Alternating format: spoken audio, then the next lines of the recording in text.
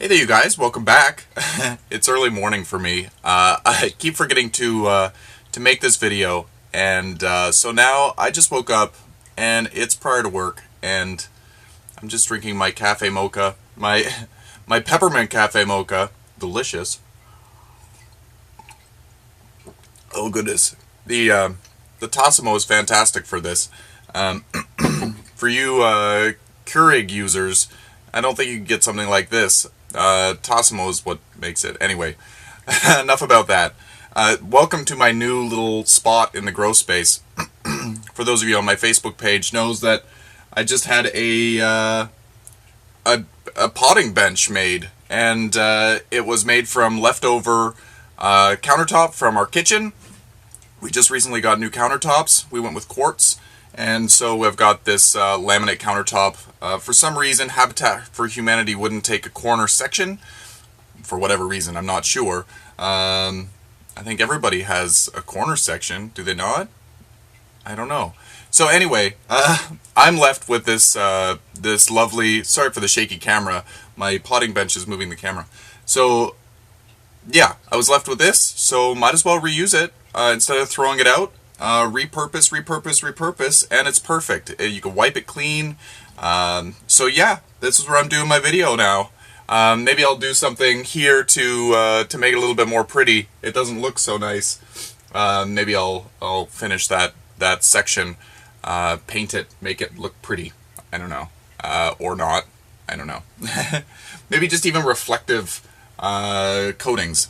Anyway, enough about that. I came to show you these air plants.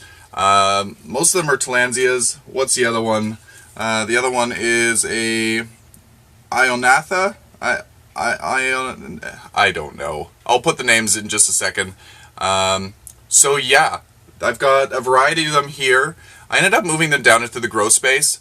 Actually, let's take a second and I'll show you where they were hanging. They're beautiful glass orbs. So check that out. So here is where I like to keep my air plants, in this lovely display near the windows. It's got the Norfolk Island pine just below it. I love that. I love the look of the top of the Norfolk Island pine. So anyway, I've taken these out recently. I usually take them out of the orbs when I go to water them, and I usually water them in the aquarium that's sitting right here. And just recently, I found that I've been getting, I guess, sidetracked, and I haven't been watering things as frequently as maybe they should get watered. So I ended up taking the air plants out of here and moving them downstairs. So I'll show you why, I suppose. Mostly because there's that humidifier for the Dracula orchid, and it gets a lot more humidity down there. So anyway, let's go down to the basement and see what's going on. And yeah, so I opted to move them from there because I was too lazy, as I said. And I've got the humidifier, the cool mist humidifier there for the Dracula orchid. So I decided to put these in that general spot. Excuse me, so that I don't have to worry about watering so often. Excuse me, goodness, that coffee or cafe mocha is really getting to me. So yeah, hopefully they do a little bit better. I've had a few casualties, but these ones seem to be doing really, really well for me. I've got a variety here. So I'll bring you in a little bit closer and I'll show you what we got. Okay, so I've got, this is, I guess, the T. bulbosa. I really like this one. It's since put out a new little offset. Let me bring it a little bit closer. I think this one was the original one, and then this one is the offset that was formed. I can't really tell at this point. Yeah, I think this is the original one. I think that this one had also flowered, so this should die soon. But so far, they're both looking very healthy. So hopefully they both continue to grow for quite some time. So I'll put this one right here. So this one here is a question mark.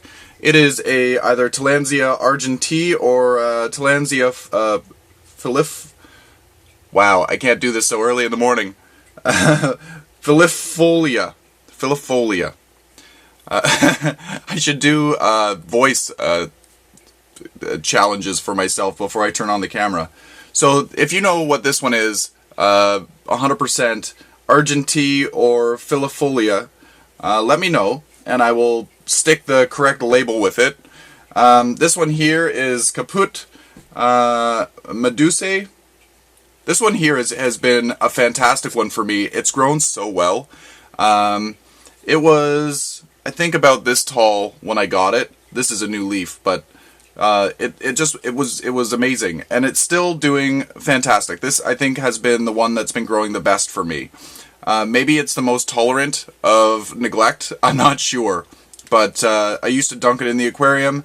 Sometimes I'd forget it for the whole day, for goodness sake. And it just looks beautiful. I think this one also tells me a little bit better when it needs a drink and when it doesn't need a drink. Whereas something like this one, the Argentine or filifolia, it always is a little bit of a gray tone. So you never really know whether it's in need of water or whether it's not. These ones are another fairly easy one for me. Ionantha Guatemala is what people say that it is. As you can see, when it doesn't need water, the leaves are a beautiful green, and then they do go to kind of a grayish tone when they're in need of a drink. So easy to tell. I also have one more upstairs, and I couldn't bring it down here because it's rooted into a pot. So I'll show you that one now. So here's the other Tillandsia or air plant. I'm not sure if it's actually a Tillandsia. I only assume there are different varieties within. So anyway, this one here, I put it out in this pot in the summertime just so that it would get some rain and some humidity and whatever. And now it's really become a part of this pot. It's I can't remove it. As you can see, the roots have grown into the soil, and I think that's why it's doing okay. The long leaves have dried up, but now it's producing a smaller, more fine leaf, and I think that's because it's getting most of its moisture from the soil rather than from the air. You can trim off the roots and just have them as air plants, but this one seems to be rooted right in there. I'm just going to leave it where it is. It's doing fine. It's probably doing better than if I was to remove it. So yeah, this is just the catch-all of all of, well, not all of my plants, but many of my plants. Got the agave here. This is a ZZ plant seedling, or not seedling, a leaf cutting that I took many years ago. I'm going to say about 6 years ago now. It's just one frond. The other frond just recently died, but it's getting bigger as time goes on. It was infested with scale insect, but it seems to be pretty well resolved at this point, so hopefully it starts to grow a little bit better. And as you probably know, this is the Kalanchoe. It's the elephant ear Kalanchoe or Kalanchoe, whatever you want to say. I love this plant. So it's my catch-all, and that is the air plant that is not in with the other group. Okay, and last but not least, I have some seedlings. I think I posted a video, either a video or a blog post of the seedlings, or sorry, the seeds and how I sowed them.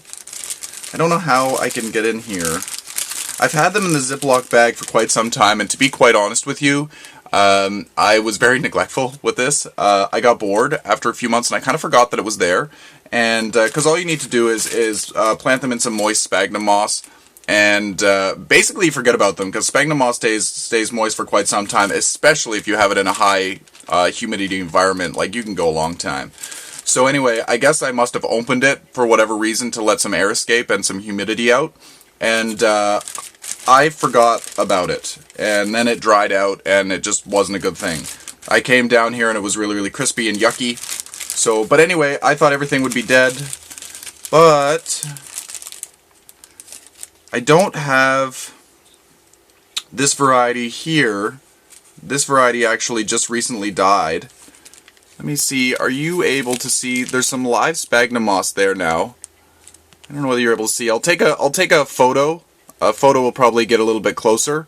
But I have two here by my fingertips, and I don't know, there's a lot here. They're doing better than I expected. Actually, when I look at them now, they have several leaves on them. So they're doing really, really well. It's just taking them a really long time. I think I planted these last year, and they're just now starting to become a visible size. So I'll show you the photo right down at the bottom.